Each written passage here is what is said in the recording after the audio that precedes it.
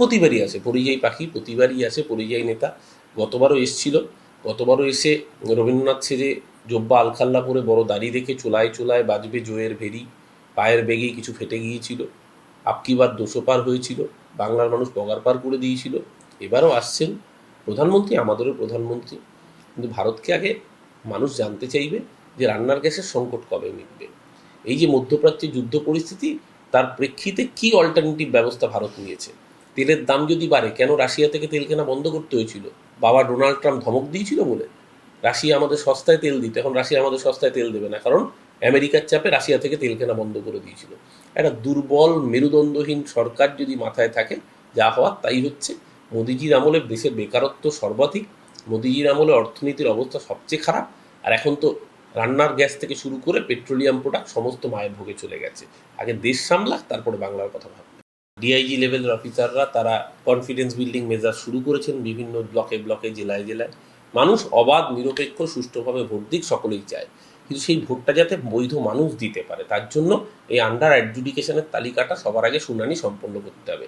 সেটা সম্পন্ন না করে সব গালভরা গল্প দিলে ব্যাপারটা হয়ে যাবে যে আপনি হাঁড়ি বসিয়েছেন, রান্না বসিয়েছেন, জল দিয়েছেন, গরম হচ্ছে, কিন্তু হাঁড়িতে চাল দেননি, তাহলে ভাতটা হবে কোত্থেকে? আপনি আগে ভোটারকে নিশ্চিত করুন যে যাতে সে ভোটটা দিতে পারে। সেটা না করে শুধু ওই উনুনে হাঁড়ি বসালে বড় বড় গল্পই হবে, ভাত রান্না হবে না। তাই নির্বাচনে যদি গণতন্ত্রকে প্রতিষ্ঠা করতে হয়, আগে ভোটারকে তার বৈধ নাগরিকত্বের অধিকার দিতে হবে, ভোটদানের অধিকার দিতে হবে। সেইটা না করে যদি অসভ্য প্রসেস কন্টিনিউ করা হয়, তাহলে আখেরে গণতন্ত্রটাই ধ্বংস হবে। আরজি করে কিন্তু আন্দোলনের সময় জুনিয়র ডাক্তারদের এবং স্বাস্থ্যের সঙ্গে সম্পর্কিত মানুষদের দাবি মেনে আরজি করে রোগী কল্যাণ সমিতি ভেঙে দেওয়া হয়েছিল, এবং নতুন রোগী কল্যাণ সমিতি এই ডাক্তারদের প্রতিনিধিদের নিয়েই তৈরি করা হয়েছিল, ফর্ম করা হয়েছিল। তাহলে সেই রোগী কল্যাণ সমিতির ভূমিকাটা কী? তারা কি কি সাজেশন দিয়েছে, তারা কি কি প্রিভেন্টিভ মেজার্স নিয়েছে? তার থেকেও আরেকটা বড় কথা, যে আপনারা জানেন মহামান্য হাইকোর্টের নির্দেশে আরজি করে সুরক্ষায় কিন্তু সিআইএসএফ রয়েছে। তাহলে যখন সেদিনকে এই ঘটনা ঘটলো, আজকে মৃত অরূপ বন্দ্যোপাধ্যায়ের বাবা তিনি অভিযোগ জানিয়েছেন সংবাদ মাধ্যমে যে ওখানে উপস্থিত সিআইএসএফ এর জওয়ানদের কাছে হাত জোর করে তিনি সাহায্যের জন্য আবেদন করেছিলেন, কেউ তাকে সাহায্য করতে এগিয়ে আসেনি। নিশ্চিতভাবে প্রশাসনে নজরদারির অভাব ছিল, কিন্তু সেই নজরদারি দেখার দায়িত্ব রোগী কল্যাণ সমিতি। যাদের নাম আন্ডার অ্যাডজুডিকেশন, তাদের সকলের 2002 সালের লিস্টে নাম ছিল, অথবা প্রজেনি ম্যাপিংয়ে বাবা মায়ের নাম ছিল। অর্থাৎ এরা কেউ বহিরাগত নয়। এদেরকে বাদ দেওয়া হয়েছে বিভিন্ন অছিলায়। কারোকে 6 ভাই বোন অছিলায় বাদ দেওয়া হয়েছে, কারোর নামে স্পেলিং একটা শব্দের এদিক ওদিক, কারোর এআই ইংরেজিতে ট্রান্সলেট করতে গিয়ে ইলেকশন কমিশন ভুল করেছে, তার জন্য আন্ডার অ্যাডজুডিকেশন করে রেখেছে। এই ধরনের অসভ্য প্রসেস করিয়ে এদেরকে আন্ডার অ্যাডজুডিকেশন করে রেখেছে, এবং মাথায় রাখতে হবে এদেরকে ডিলিট করে দিত। যদি মুখ্যমন্ত্রী সুপ্রিম কোর্টে সওয়াল না করতেন, মাইক্রো অবজারভারদের হাত থেকে ক্ষমতা সরিয়ে না নিত সুপ্রিম কোর্ট, তাহলে এরা এতদিনে ডিলিট হয়ে যেতেন। বিচারপতিদের হাতে এই ক্ষমতা দিয়েছে, ইলেকশন কমিশনের হাতে দেয়নি, কারণ সুপ্রিম কোর্টও বুঝে গেছে ইলেকশন কমিশন আসলে চোর। তাই জন্য সুপ্রিম কোর্ট ইলেকশন কমিশনের উপর ভরসা না রেখে বিচারপতিদের উপর ভরসা রেখেছে। শাসকের ইন্ধন প্রয়োজন হবে না। মানুষ যাদের নাম বৈধ ভোটার, প্রজন্মের পর প্রজন্ম ধরে যারা ভারতের বাসিন্দা, স্বাধীনতার আগে থেকে যারা থাকেন, যাদের দাদু দাদুর দাদু, যারা এই দেশের মানুষ, তাদের নাম আন্ডার অ্যাডজুডিকেশন করে দেওয়া হয়েছে। তো সেই মানুষের ক্ষোভ থাকবে না, বরং এখন ল অ্যান্ড অর্ডার ইলেকশন কমিশনের আওতাভুক্ত, এসপি ডিএম সব ইলেকশন কমিশনের নির্দেশে কাজ করছে। কোথাও যদি আইন শৃঙ্খলা পরিস্থিতি অবনতি হয়, একমাত্র দায়ী থাকবে নির্বাচন কমিশন। এই ওয়েসির টিম বিহারের সীমাঞ্চল জায়গাগুলোতে যেখানে কংগ্রেসের শিওর শর্ট উইন ছিল, সেইখানে এরা এমনভাবে ভোট কেটেছে যাতে কংগ্রেসের শক্ত জায়গা বা লালু প্রসাদ যাদবের দল আরজেডি শক্ত জায়গা, সেখানে পর্যন্ত বিজেপি জিতে গেছে, কারণ এরা মাইনরিটি ভোট ভাগাভাগি করেছে। সারা ভারতবর্ষে বিজেপির দালাল হিসেবে অফিসিয়ালি কার্যত স্বীকৃত দল হয়ে গিয়েছে আসাউদ্দিন ওয়েসির মিম। তো তারা যখন এ রাজ্যে এসে হুমায়ুন কবিরের হাত ধরছে, বুঝতে অসুবিধা হয় না। শুভেন্দু অধিকারী কদিন আগে বলেছে যে হিন্দু প্রধান এলাকায় বিজেপি বুঝে নেবে, আর মুসলমান প্রধান এলাকায় আমি হুমায়ুন সাহেবকে অনুরোধ করব, নওশাদ ভাইকে অনুরোধ করব, তারা যাতে বুঝে নেন। তো শুভেন্দু যখন অনুরোধ করছে হুমায়ুন সাহেবকে, আর সেই হুমায়ুন সাহেবের সাথে হাত ধরছে আসাউদ্দিন ওয়েসি, তাহলে ঘুরিয়ে শুভেন্দু অধিকারীদের হাতই ধরছে। বাংলার মানুষ তো বোকা নয়। 21-এ এই জন্যই মিমকে শূন্য করে রেখেছিল, এবারও শূন্য থাকবে।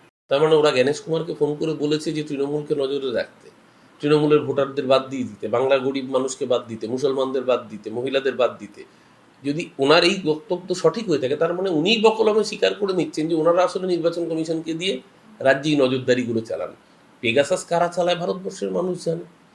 এখানে এসপি ডিএম যাদের অপসারিত করেছে তাদেরকে নির্বাচন ছাড়া অন্য কাজে ব্যবহার করা যাচ্ছে, নির্বাচনের কাজে তারা কেউ ব্যবহৃত হচ্ছেন না। তো যারা নির্বাচনের কাজেই ব্যবহৃত হচ্ছেন না তাদের কি করে এই ইলেকশন পারপাসে মনিটরিং এর জন্য ব্যবহার করা হবে, এটা সুকান্ত মজুমদার ব্যাখ্যা দিতে পারবেন। আসলে হারের আগে অজুহাত খুঁজছে বিজেপি। আমার দুটো হাত, আপনার দুটো হাত, বিজেপি নেতা সুকান্ত মজুমদারের হয়তো তিনটে হাত আছে, তৃতীয় হাত তার নাম অজুহাত, সেটাই এখন থেকে রেডি রাখছেন 4ই মের পর ওটাকেই কাজে লাগাবেন বলে। বিষয়টা সতর্ক নয়, বিষয়টা তৃণমূল কংগ্রেস মানে মমতা বন্দ্যোপাধ্যায়, তো মমতা বন্দ্যোপাধ্যায়ের কেন্দ্র যেন 1 নম্বরে থাকে সেদিকে তৃণমূল কংগ্রেস বাড়তি সতর্ক তো থাকবেই, বাড়তি সচেষ্ট থাকবেই যে আমাদের যিনি প্রধান তাকে আমরা 1 নম্বরে রাখতে চাই। তাই জন্যই অভিষেক বন্দ্যোপাধ্যায় সেই আহ্বান জানিয়েছেন, এটা তার পজিটিভ সদর্থক আহ্বান। মমতা বন্দ্যোপাধ্যায়কে সামনে রেখে তৃণমূল কংগ্রেস লড়ে, রাজ্যের 294টা আসনে তিনিই প্রার্থী। সেই মমতা বন্দ্যোপাধ্যায় কলকাতার যতগুলো আসন আছে তার মধ্যে যেন সবচেয়ে বেশি মার্জিনে মমতা দিয়ে যেতেন।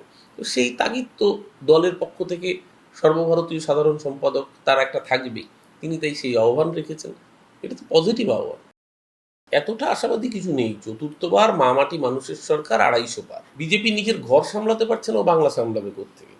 তাই মমতা বন্দ্যোপাধ্যায় বাড়তি আত্মপ্রত্যয়ী, এবং এটা তো ঘটনা, মোদী এবং অমিত শাহ এই যুগলবন্দিকে রুখতে পারে মমতা ব্যানার্জি। তাই মমতাদি এবার 2029-এ গোটা দেশের লক্ষ্যে এগোবেন, আর সেই যাত্রায় তৃণমূল কংগ্রেস তাকে চতুর্থবার মামাটি মানুষের সরকার গঠন করে সেই শক্তি প্রদান করবে বাংলার মানুষ। ল অ্যান্ড অর্ডার একটা ইলেকশনের সময় সবচেয়ে ইম্পর্টেন্ট জায়গায় থাকে ল অ্যান্ড অর্ডার। তো ল অ্যান্ড অর্ডারটা এই মুহূর্তে ইলেকশন কমিশনের হাতে, এবং তারা কার্যত একচ্ছত্রভাবে সমস্ত আধিকারিকদের বদলি করে কার্যত অলিখিতভাবে রাষ্ট্রপতি শাসন জারি করার দিকে এগোচ্ছে। তো সেই জায়গায় মমতা বন্দ্যোপাধ্যায় সেই সতর্কবার্তা দিয়েছেন, কারণ আজকে যদি একটা আইন শৃঙ্খলা পরিস্থিতির অবনতি হয় তার দায়িত্ব নির্বাচন কমিশনকে দিতে হবে। যারা এক ঝটকায় পুরো স্ট্রাকচারটাকে বদলে দিতে চাইছেন, তারপর যদি সেই স্ট্রাকচার সামলাতে ব্যর্থ হয় নতুন স্ট্রাকচার, তাহলে যারা বদলাচ্ছেন সেই রেসপন্সিবিলিটি তাদের। মুখ্যমন্ত্রী চেয়েছেন যাতে ল অ্যান্ড অর্ডার রেস্টোর থাকে, সবাই সুস্থভাবে নির্ভয়ে গণতন্ত্রের শ্রেষ্ঠ উৎসব নির্বাচনে অংশগ্রহণ করতে পারে, সেটা এনশিওর করার দায়িত্ব নির্বাচন কমিশন। সেই দিকেই মুখ্যমন্ত্রী বলেছেন, দৃষ্টি আকর্ষণ করেছেন। স্বাভাবিকভাবেই ন্যাড়া বেলতলা একবার যায়, গণনা কেন্দ্রে লোডশেডিং একবারই হবে, সেই দিকেই মমতা বন্দ্যোপাধ্যায় বলেছেন, দৃষ্টি আকর্ষণ করেছেন।